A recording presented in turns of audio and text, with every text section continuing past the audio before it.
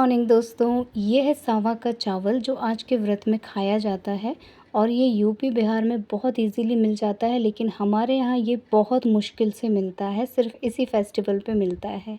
Hello everyone, welcome to my channel. दोस्तों, मेरे channel में आप सभी का स्वागत है और जो न्यू सब्सक्राइबर हैं उनका हार्दिक अभिनंदन है। दोस्तों, कैसे हैं आप सब? मैं अंकिता जबलपुर से कर रही हूँ आप सबका स्वागत। आज है हल षष्ठी और मेरा आज व्रत है। मैं पूजा के लिए एकदम रेडी हो गई हूँ, सारी प्रिपरेशन हो गई है, जो भी कुछ लाना था चढ़ाना था सब कुछ मैंने व्यवस्थित कर लिया है और बाहर अच्छी खासी झमाझम बारिश हो रही है। तो मौसम ने थोड़ा सा साथ दे दिया है। हालांकि इसमें हम लोग पानी तो पी सकते हैं, तो पानी की कोई दिक्कत नहीं है, बस थोड़ी सी दिक्कत है, नमक नहीं खा सकते हैं। तो थोड़ा सा अंदर से लग रहा है ना, होता है थोड़ा थोड़ा कभी कभी रह के सिर में घूमता है कि अच्छा थोड़ा सा नमक मिल जाता। जिन लोगों का लो बीपी होता है उन लोगों को बहुत ज़्यादा ज़रूरत होती है, लेकिन ठीक है। वो व्रत की तैयारी, पूजा की तैयारी और थोड़ा सा ये सब तैयारी, ये सब में ना आदमी थोड़ा सा भूल जाता है, माइंड डाइवर्ट हो जाता है। सो मेरा भी यही रहा। उत्कर्ष स्कूल से आ गए हैं तो अब मैं सोच रही हूँ कि पूजा करने चलती हूँ और पूजा में आप लोगों को शामिल करती हूँ। हालांकि उत्कर्ष का ना आधा सा तो मन डाउन हो जाता है, इतना थक जाता है ना, लेकिन फिर भी थोड़ा सा मेरा साथ दे देगा तो मैं फटाफट सब चीज़ें कर लूँगी। वैसे तो पूजा में यहाँ पे सभी लोग सीधा पल्ला लेते हैं, लेकिन मैंने उल्टा ले लिया है क्योंकि सीधे पल्ले में ना मैं बहुत मोटी मोटी सी आंटी लगती हूँ। पता नहीं क्यों मेरा सीधा पल्ला अजीब सा फूल जाता है, लेकिन पूजा पाठ में हर एक चीज़ का एक विधान होता है, सीधे पल्ले की साड़ी ही पहनी जाती है। सो मैंने इस बार इस विधान को थोड़ा सा अलग कर दिया है। और ये एक और मेरी बनारसी है जो मुझे बहुत ज़्यादा पसंद है। मुझे बनारसी का कलेक्शन पता नहीं क्यों समहाउ बहुत अच्छी लगती है, क्योंकि ना इसकी प्लीट्स वगैरह बहुत अच्छी बन जाती है, एक बार में सेट हो जाता है सारा सब कुछ, ज़्यादा मेहनत नहीं करना पड़ता है।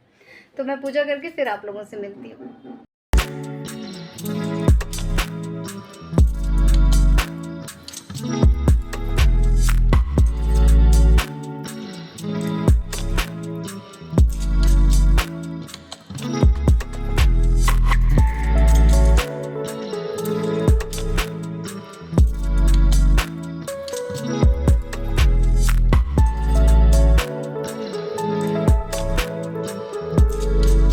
6 डलिया हमने यहाँ रखी है और उनमें एक-एक दोने की रखी जाती है पत्तल, और सभी में धान का लावा, जितनी भी चीज़ें हमें चढ़ानी है वो सभी कुछ इसमें हम रखेंगे। आप लोग फ्रूट्स वगैरह भी रख सकते हैं, लेकिन मैं फ्रूट्स अलग से ही चढ़ाती हूँ क्योंकि जो भी चीज़ें डलिया में हम देते हैं वो सारी चीज़ें फिर वेस्ट होने लग जाती हैं अगर कोई हमें ऐसा नहीं मिला। और ये यहाँ पे ख़ास चढ़ाया जाता है काले रंग की चूड़ियाँ और सभी सुहाग का सामान इसमें है, सिंदूर, काजल, आलता सभी कुछ है यहाँ पर।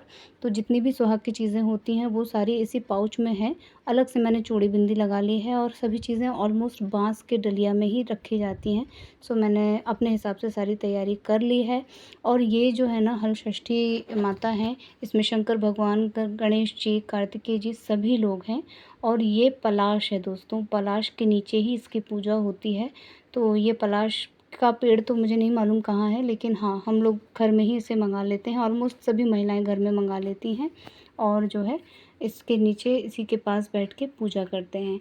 तो मैं पूजा स्टार्ट करती हूँ, उत्कर्ष बाकी के सामान लेकर आ रहे हैं जब तक, और बाहर लॉन में ही मैंने व्यवस्था की है, यहीं धुल पोंछ के मैं पूजा कर रही हूँ।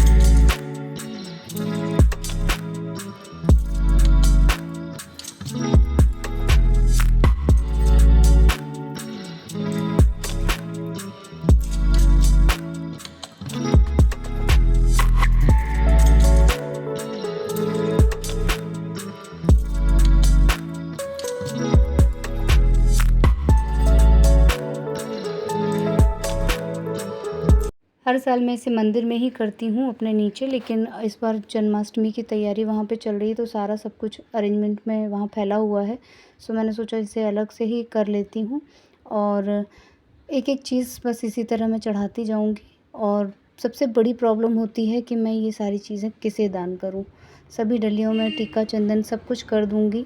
और इस दिन की एक ख़ास बात है कि ये केवल अपने पुत्रों के लिए किया जाता है, वंश के लिए किया जाता है, इसलिए इसमें बाँस की सभी बनी चीज़ें इस्तेमाल की जाती हैं। और जितना भी इसका प्रसाद है, जो भी कुछ है, धान का लावा या पूड़ी, जो भी कुछ हम मीठा चढ़ाएँगे, वो सभी कुछ केवल लड़के खाते हैं।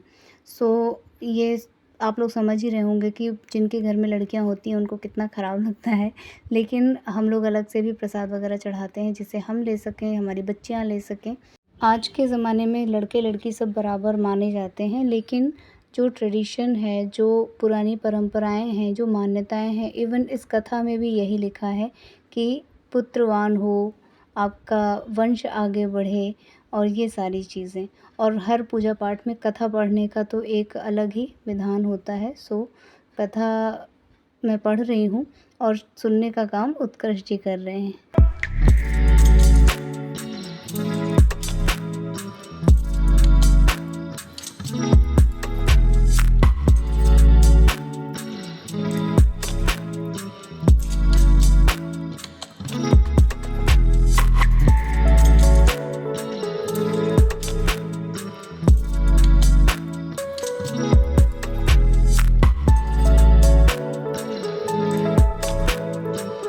किसी भी पूजा को करने के लिए सबसे पहले गणेश जी की आराधना करनी चाहिए और आह्वान करना चाहिए, जो मैं खुद कर लेती हूँ। उसके बाद सारा पूरा प्रोसेस जो है वो मैं खुद से ही करती हूँ। कई लोग पंडित को बुलाते हैं, लेकिन मुझे सारी विधियाँ आती हैं, सो मैं खुद ही उसे करना ज़्यादा बेहतर समझती हूँ। और पूजा समाप्त होने के बाद जो है मैं उत्कर्ष के लिए भी थोड़ा सा टीका चंदन लगाती हूँ। हालाँकि आप देख सकते हैं कि वो कितना ज़्यादा थका-थका लग रहा है। सो हो गई है मेरी पूजा। अंदर चल के आप लोगों से बात करती हूँ, क्योंकि यहाँ बहुत ज़्यादा नॉइज़ पोल्यूशन है। और मैं दिखाती हूँ कि यहाँ पे ना ये दीवार में बनाया जाता है, लेकिन हम लोगों ने ये फ्रेम करवा लिया है और जहाँ भी पूजा करनी होती है इसे लगा लेते हैं।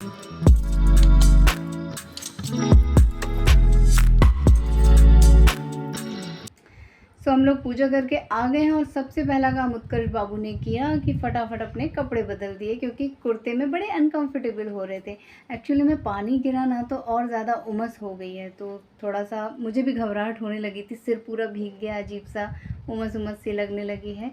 तो पूजा हमारी अच्छे से हो गई है। सिर्फ हम ही दोनों थे, मम्मी जी इस बार नहीं आ पाई हैं ऊपर, क्योंकि चाचू इसके बाहर गए हैं। सो उनको लाने वाला कोई नहीं था। अब मैं ही जा रही हूँ नीचे, उनके पैर वगैरह पड़ूंगी, उनको प्रसाद दूंगी। और मम्मी जी की तरफ से भी सारी चीज़ें मैं ही चढ़ाती हूँ। एक्चुअली में इस पूजा में ना 6 डलिया चढ़ती है। 6 डाल जो मैंने दिखाई ना टोकनी, वो 6 चढ़ती है। तो पहले हम लोग 12 मंगाते थे, बट मैंने मम्मी जी से बोला कि इतनी सारी टोकनी किसी को देना बड़ा मुश्किल होता है। फिर आप जिसको दे रहे हो वो भी ब्राह्मण होना चाहिए और उनके घर में उस चीज़ की उपयोगिता होनी चाहिए। तो बहुत ज़्यादा भीड़ लग रही थी, तो मैंने इस बार 6 करा दिया कि मम्मी सिर्फ 6 लेंगे, वो हमारे घर में भी यूज़ हो जाएंगी और कुछ आस पड़ोस में जो आंटी वगैरह हैं उनके घर भिजवा देंगे। बहुत सारे विधि विधान होते हैं, बहुत सारे महत्व होते हैं, लेकिन आप कितनी चीज़ों को बेयर कर सकते हैं, कितनी चीज़ों को आप मैनेज कर सकते हैं ना, उस हिसाब से ही आपको श्रद्धा भक्ति अपनी रखनी चाहिए। और जब तक मम्मी जी जो कुछ कर सकती थी होता था, अब जो मैं कर सकती हूँ मैंने वो सारी चीज़ें शुरू कर दी हैं। तो व्रत में तो मैं कोई भी कुताही नहीं करती हूँ, व्रत मैं बिल्कुल पूरा नियम से रखती हूँ, लेकिन पूजा में मैं थोड़ा सा ध्यान रखती हूँ।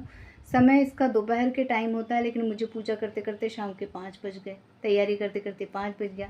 3:30 बजे तो मेरा बच्चा ही लौट के आया है, तो हो जाता है ऊपर नीचे आगे पीछे। और थोड़ा संगीत वंगीत भी होता है, ढोलक वगैरह भी बजती है, महिलाएं गाती बजाती हैं, लेकिन मैं अकेली क्या ढोलक बजाऊँ। तो बहुत सारी चीज़ें रह जाती हैं और भगवान ये सब चीज़ें समझते हैं। तो मैं सोच रही हूँ कि इसी के साथ मैं अपना व्लॉग यहीं पे एंड कर ले रही हूँ। आप लोग बताइएगा कि मेरा ये पूजा व्लॉग आप लोगों को कैसा लगा, और मेरा मोबाइल जल्दी से आ जाए। मैं चाहती हूँ जल्दी से अच्छे अच्छे क्यूट क्यूट व्लॉग बनाना, लेकिन क्या करूँ, ये ब्लैक एंड वाइट सी ज़िंदगी लगती है। इसमें ये कलर पता नहीं क्यों अच्छे से कैप्चर नहीं करता है। मेरी साड़ी, मेरी चूड़ी सब अलग अलग दिखता है।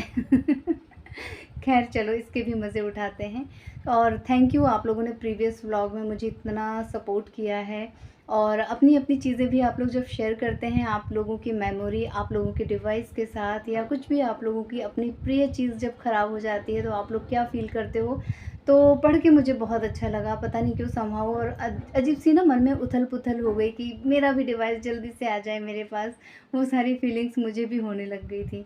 तो इतना अच्छा जुड़ाव है हम लोगों का आपस में, इतना अच्छा तार बंधा हुआ है। तो मैं तो बस आप लोगों से यही विनती करूँगी कि इसी तरह अपना प्यार बनाए रखिएगा, हम दोनों के ऊपर अपना प्यार और आशीर्वाद बनाए रखिएगा दोस्तों। और मैं जल्दी से अच्छा सा व्लॉग नेक्स्ट बनाऊँगी और आप लोगों से मिलूँगी, हैप्पी हैप्पी व्लॉग लेकर आऊँगी। और आज यहीं पे विदा ले लेती हूँ। अपना ख्याल रखिएगा, खूब एंजॉय कीजिएगा, स्वस्थ रहिएगा, मस्त रहिएगा। Bye bye and thank you for watching.